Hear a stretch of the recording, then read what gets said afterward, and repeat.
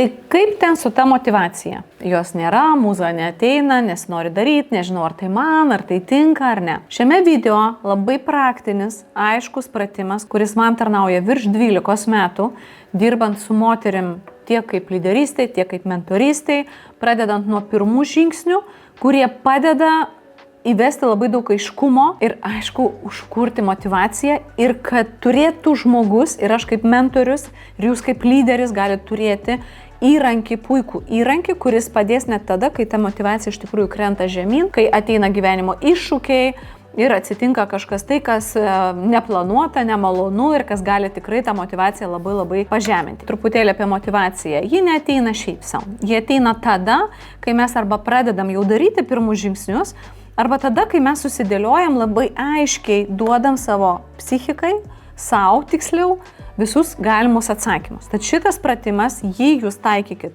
tiek savo, keičiant veiklą, ieškant naujos krypties, arba pradėjus verslą, kur yra daug nepasitikėjimo, netikėjimo, nedrąsos, arba kai jūs pradeda dirbti su nauju žmogum, kur ir jūs dar jo nepažįstat, tai padeda labai greitai suprasti žmogaus giluminius, motivacinius, giluminius atsakymus. Taigi, pratimas labai praktinis, man jis labai patinka, nes jis duoda čia ir dabar greitą rezultatą, kuris tarnaus labai ilgai. Jis vadinasi kaktuso ir svajonės. Iš tikrųjų tai yra kaktuso pratimas. Jums ko reikės? Reikės užrašinės, atsispausdinti lapus, kuriuos aš jums galiu duoti. Jeigu jūs parašysite po šitų video komentarą ir perskaitysite pagal komentarus ir nueisite į tam tikrą erdvę, aš jums atsiųsiu vertybių lapus, jeigu jums reikės. Ir reikės tušinuko, idealu būtų pasiimti jūsų mėgstamą eterinį aliejų, natūralų, tikrą aromatą. Jų reikės 2 maksimum, jeigu turite, bet galima ir tikrai be jų daryti. Ką mes čia darysim šitam pratime? Pirmiausiai, atrasti giluminius jūsų motivacinius dalykus, kaktusas ir svajonė. Antras dalykas, susirašyti labai aiškius atsakymus, kodėl jum ir kaip jūs galite pereiti iš savo dabartinės gyvenimo situacijos su tam tikra veikla į jūsų svajonių gyvenimo, ne tai kad situacija, galbūt profesija ar aplamai gyvenimą. Tada mes eisim, ar tai dera su jūsų vertybėmis ir pabaigoje jūs išgirsite, kaip iš to pasidaryti veiksmų planą. Tad jeigu kruopščiai jį atliksite, tai bus fantastiškiausia dovana, kurią galite padaryti savo ir puikiausias įrankis jums dirbant su žmonėmis. Tai aš labiausiai šitą įrankį naudoju savo Young Living versle, kur aš asmeniškai mentoriauju. Taip pat mes jį naudojam darbo, grupiniuose mokymuose prieš pradedant mokymus, kad žmonės patys savo atsakytų, kodėl jiem tas verslas, vardan ko jie tą nori daryti ir visa kita. Taigi, užrašinę būtinai turėkit, nes jums reikės tikrai ne vieno lapo. Galit pasiimti didelius A4 formato lapus ir daryti pirmą tokį dalyką. Jums reikės užsirašyti 2 klausimus, brėžiam lapą į 2 dalis, bet gali būti, kad šito lapo jums neužteks, dėl to turėkit užrašinę. Užrašinę turėskit, kurioje ilgą laiką rašysite, giliai kapstysite ir skirkite tam iš tikrųjų laiko. Taigi kairiai pusėje rašome kaktusas. Ir čia paliekam vietos arba reziumė. Aš asmeniškai, jeigu tikrai nebijot padirbėti su savim, o jums teks tą padaryti turbūt, jeigu norisi didesnių atsakymų, aš imu iš karto į sąsiuvinį, atsiverčiu sąsiuvinį ir čia užsirašau vieną klausimą.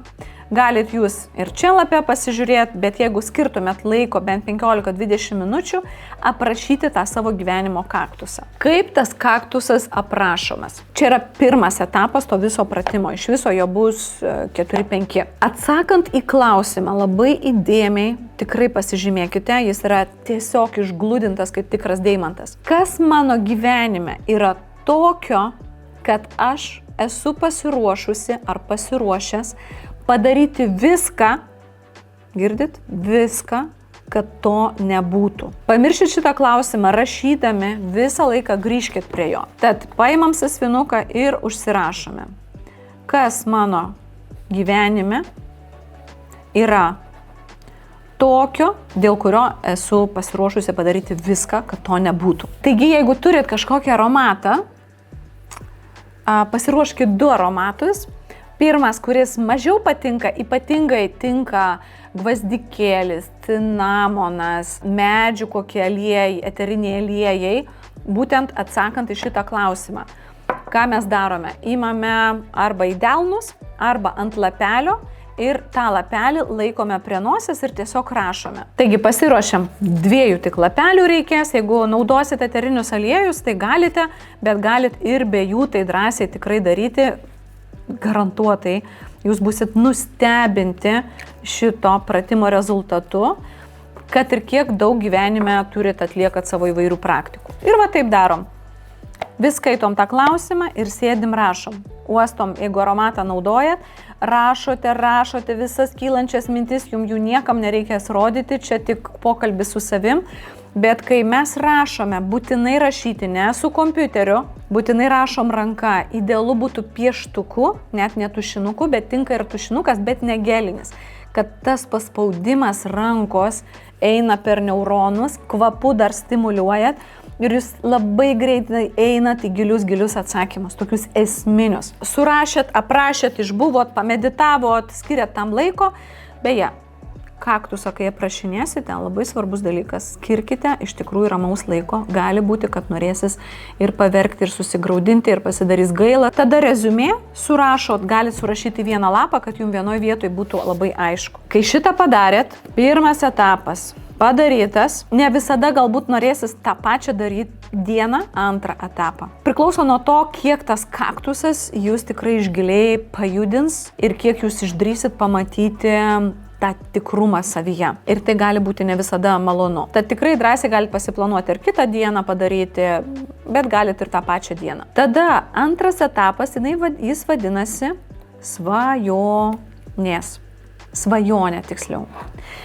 Ir tą patį darom, tik imam kitą aromatą, paimam kitą lapelį, užlašinam lašelį, pasistengit paimti tą aromatą, kuris jau jums labiau patinka. Jeigu nežinot, labai svajonių tai pavadinimai, labai tinka gėlių aromatai. Puikiai gali tikti ta pati levanda, ilang, galbūt rožę turit, galbūt pelargoniją turit, galbūt turit, netgi gali tikti eukaliptai. Jie praplečia tokią, leidžia tai svajoniai skleistis. Ir tada darom tą patį. Pasiimam tą savo nuostabią užrašinę, kuri skirta tik savo. Ir toliau rašom antras etapas svajonė ir užsirašykit tą klausimą. Sakau, aukso vertės tas klausimas. Antrasis klausimas, jis skamba taip.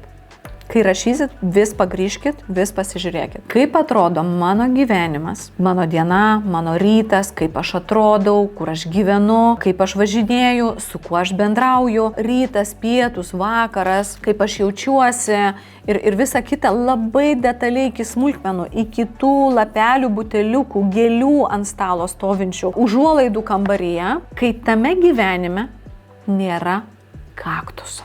Šitą klausimą labai rekomenduoju užrašyti, kad jis būtų po akim. Po akim. Ir tada, kai peržiūrėsit šitą video, atsisėdat, ramiai susiplanuojat ir apsirašote. Ir va lygiai taip pat laikot ir tada surašot reziumė. Čia ir čia. Ir čia tuoj prasidės magija. Idealu būtų jau antrą, ne vėliau kaip trečią dieną. Idealu būtų, kad tą pačią dieną, kai jau antrą svajonių aprašymą padarysite, braukite brūkšnį iš kairės į dešinę ir rašote jūsų kodėl. Prie kodėl galit prirašyti vardan ko. Vardan ko. Mums lietuvių kalba kartais skamba truputį dar giliau. Vardan ko. Kodėl. Ne? Ir surašot, čia noriu akcentą pabrėžti, jeigu jūs esat jau kažkokios naujos veiklos, profesijos pradžioje, galbūt pradedat tinklinį marketingą, kuriame 0 pasitikėjimo, 0 drąsos ir 0 tikėjimo, galbūt pradedat profesiją naują veiklą, naują projektą ir kur nėra tarsi tos vidinės jėgos, tai va šitas trečiasis etapas, aš jį apibrėžiu, trečiasis etapas, tas kodėl, vardan ko, jūs galite jį rašyti galvodami keliais kampais. Pirmą kampą aš jums papasakosiu. 8, 9, 10. Jeigu pradedat naują verslą, pradedat tinklinio marketingo verslą, žinot, su kokia kompanija dirbat, su kokiais žmonėm dirbat, bet iki galo tokio dar vis abejojat. Tai tos kodėl atsakinėkite, kaip jums padės jūsų nauja idėja, kurią jūs jau pasirinkot, ryžotės, norite, gal jau darot, gal buksuojat šiek tiek, padės pereiti iš pirmo į antrą gyvenimą, ne? Iš kaktuso gyvenimą į svajonę, kurį buvot jau apsirašę ir labai aiškiai žinot. Kodėl aš tai taip tvirtai pasakoju, nes tai yra mano karjeros, mano profesinio pokyčio įrankis, kuris man padėjo suprasti tai, kur atrodo, aš protų savo labai aiškiai viską žinojau, kodėl, kam ir prie ko. Bet kai aš padariau šitą pratimą ir kai aprašinėdama, man teko apsibraukti 3 svarbius dalykus ir taip juodą ant balto pamatyti, kas iš tikrųjų man labai skauda. Man buvo labai lengva stipriau startuoti šitam versle, nežinant tai, kad neturėjau patirties ir tikrai bijojau ir įgūdžių nebuvo ir visa kita. Tai va čia jūs surašot, kodėl būtent ta kompanija, tas verslas jums asmeniškai padės pereiti, kaip tai vyks iš pirmo į antrą pusę. Tai va tie atsakymai, kodėl jūs svarbu 10, minimum 10 parašyti. Jeigu jūs sakysit, kad čia ten, dėl vienos ar kitos priežasties, vienos ir 2 neužtenka. Vėliau, jeigu jūs esate tinklinio marketingo versle, jums iš tų 10, kylant karjeros laiptais, auginant komandą, kylant pajamoms, jums iš tų 10 greičiausiai išsikristalizuos 1, 2. Ir iš tų 10 jūs būtinai apsibraukite 3 pačius svarbiausius šiuo metu. Jie visi svarbus, bet 3 bus top.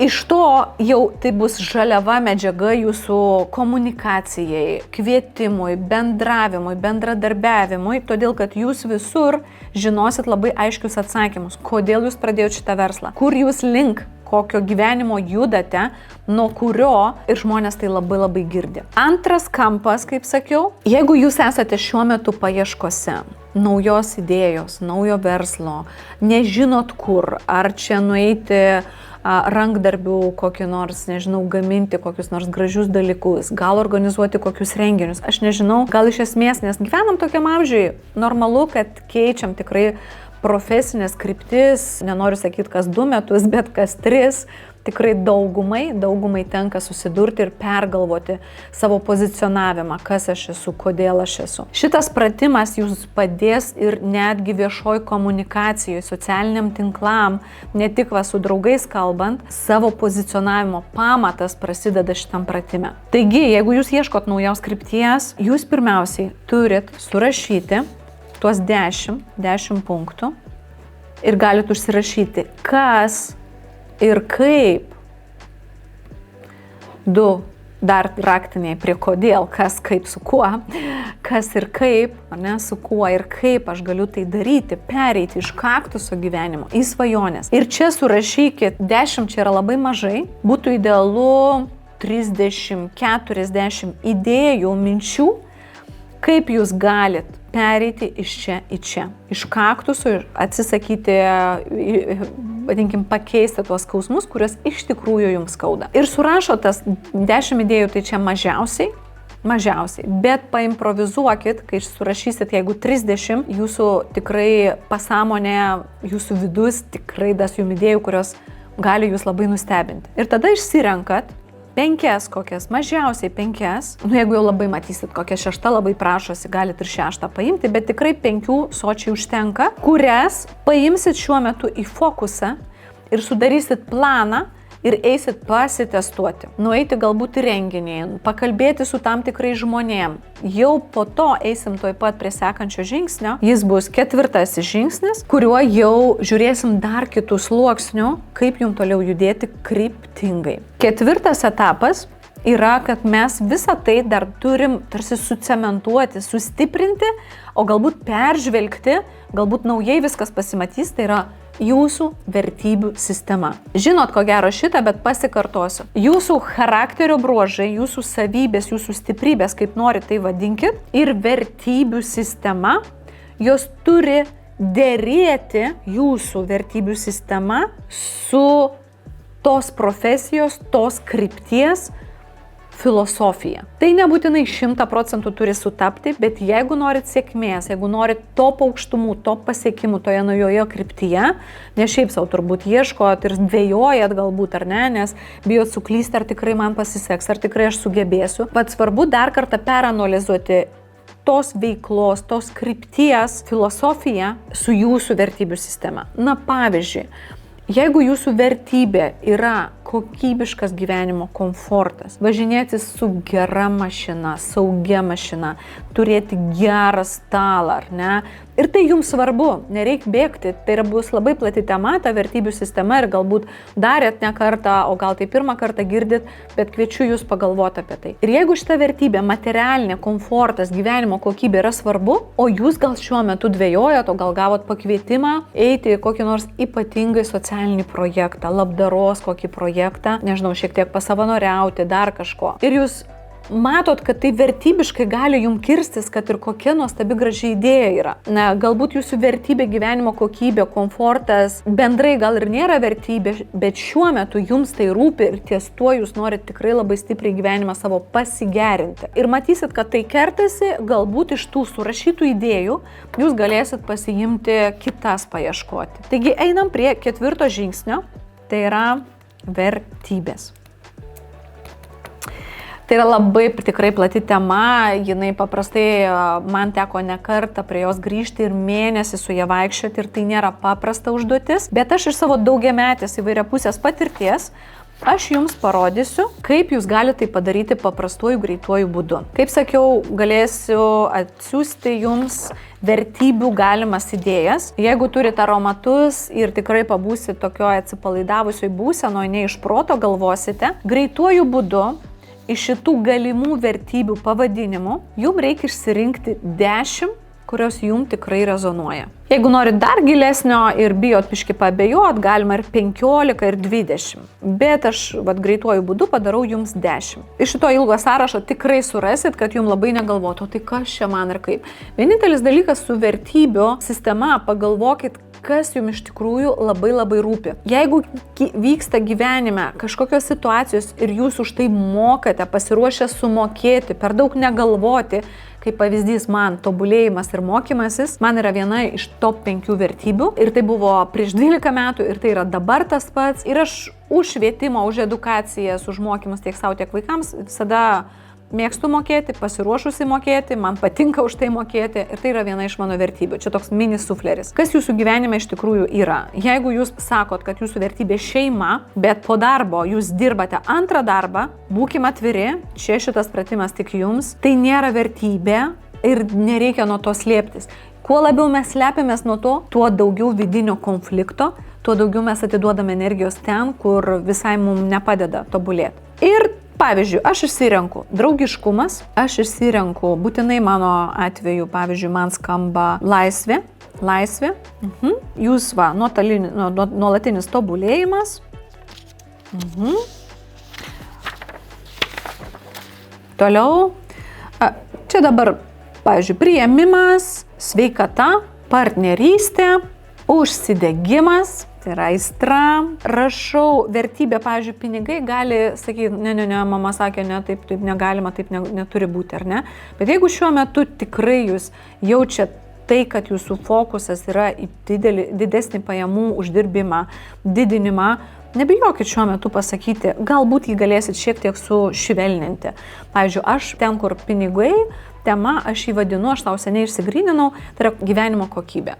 Aš mėgstu komfortą, pasiruošusi dėl to dirbti, toliau smalsumas, pagarba ir taip toliau. Ir žiūrėkit, kas toliau. Išsirinkot, jeigu rašysit 20, rašau 20. Antras etapas, kurį reikia padaryti, iš jo paimkit kitą spalvą ar varneles ir surašykite 10. Kai surašysite 10, tos 10 galite išrašyti į kitą sąsiuvinuką, va taip eilės tvarka. Ir iš tų 10, kai jau būsit padarę, tada dar kartą grįžtate ir išsigryninate Penkios jūsų top vertybės, tai yra jūsų pamatas gyvenimo, jūsų ašis. Ir jeigu mums tenka jas dažnai pažeidinėti, ar mes neturim galimybės jų puoselėti, tikrai gyvenimo kokybė nuo to negerėja. Jeigu jūs dirbat tinkliniam marketinge ir darot šitą pratimą savo arba su žmonėm, jums labai gera per šitą pratimą bus, jeigu to niekad nedarėt, greitai perprasti suprasti savo partnerį,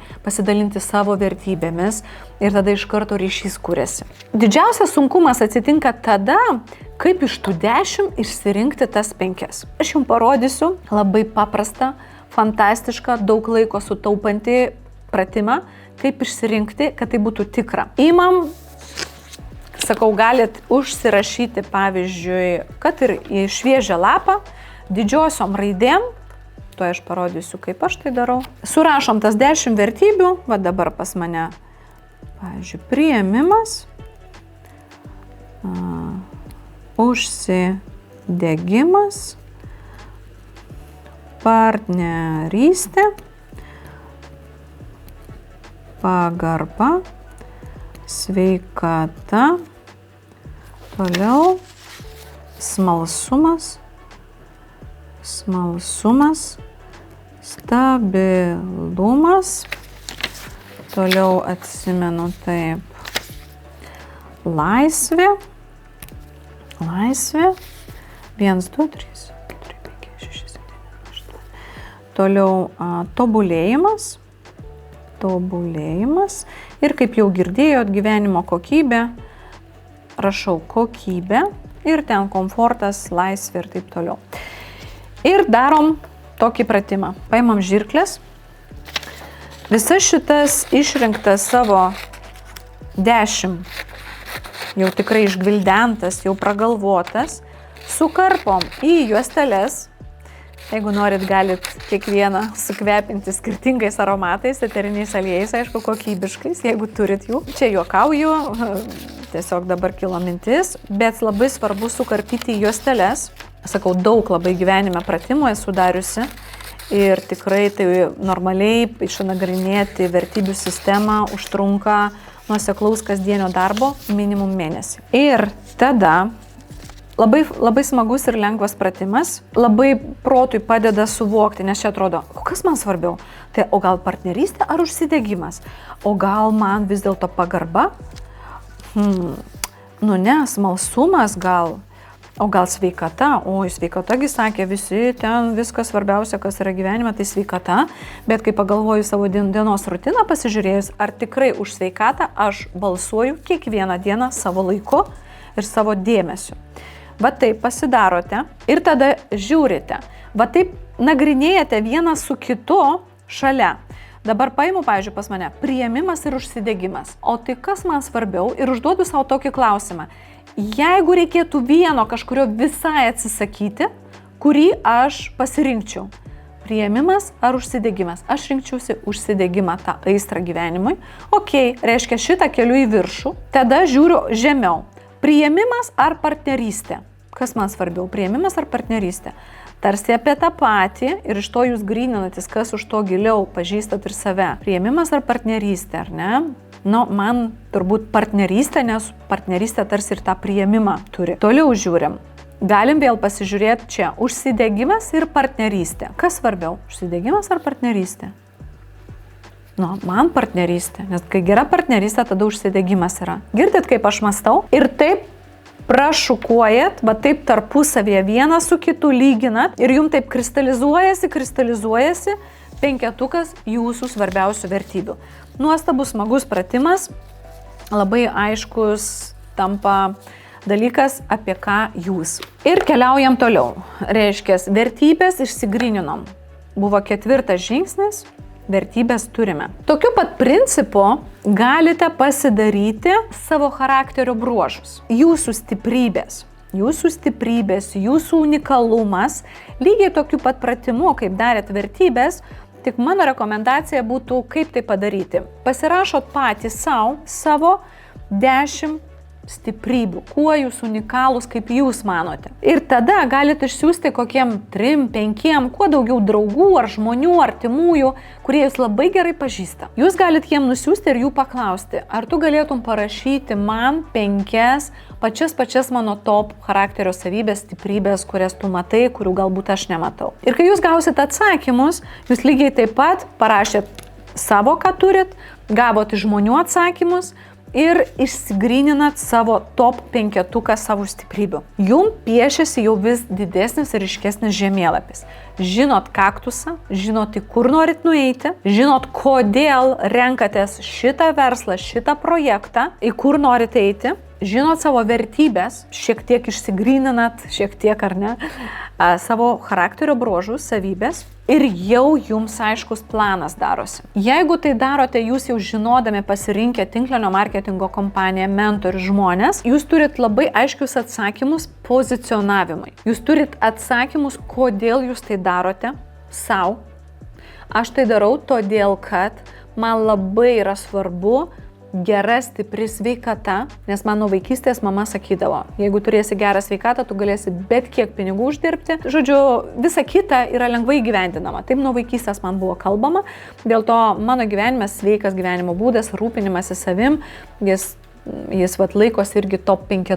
Tada, jeigu aš žinau, kad aš esu draugiška, aš esu darbšti, aš esu nuoširdi, man dėliojasi, kad aš galiu šitą verslą daryti, nes aš einu į verslą, kuriame yra labai svarbus santykis ir ryšiai su žmonėm. Jau taip jungiasi šitie visi blokai tarpusavyje. Jūs galite net papiešti kaktuso labai svarbius akcentus, jūsų svajonės detalės, jūsų vertybės, jūsų stiprybės ir jūsų tuos 3 svarbiausius kodėl. Jeigu ieškote krypties ir nežinot ir norite išbandyti, ten kur sakiau kitų kampų ir išsigryninot 5 sritis, kurias norit patyrinėti, bet jūs žinot, kas jūsų charakteriui netinka, pagrįž ar tinka, pagrįžkit ir dar peržiūrėkit tas idėjas, galbūt kažkiek jos koreguosis. Kai jau visą tai padarėt, įmate savo ant balto lapo, dėliojate planą. Planas. Resursai. Dabar, jeigu jau jūs esat pasirinktoj kompanijoje ir esat tinkliniam marketinge, jūs dėliojate svarbiausius dalykus, ką jums dabar svarbu pradėti daryti. Tai pirmas svarbiausias dalykas, iš to viso jums svarbu susikurti savo pozicionavimą. Pozicionavimas tai yra 2-3 sakiniai, ką jūs pradedat daryti ir kodėl per savo istoriją. Ir šitą dalyką, jeigu jūs dar pasidarytumėt koležą, nežinau, online, gyvą, nuotrauką kokią pasiimtumėt, kuri atspindi tą visą jūsų procesą, tą svajonę ir jūsų pozicionavimą susirašote, jums išsigrynina, pradeda formuotis jūsų komunikacijos dalykai, ką jūs kalbėsit su žmonėm, ką jūs dalinsitės, kaip jūs save pristatysite naujoj veikloje.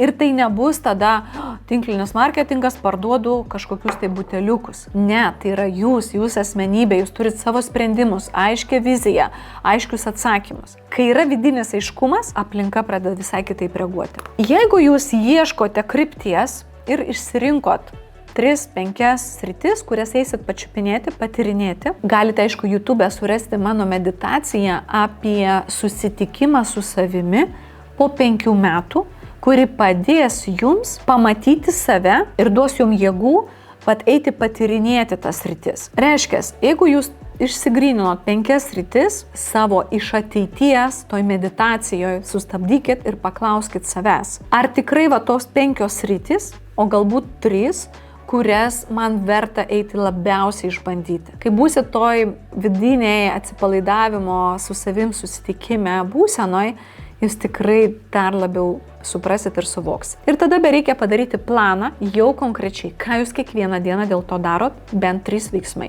Ką kiekvieną dieną? Pirma, kaip ir sakiau, susitinku gal su tam tikros profesijos žmonėm. Antra, gal pažiūriu YouTube kokį nors video, gal paskaitau ir pasidomiu apie tą profesiją.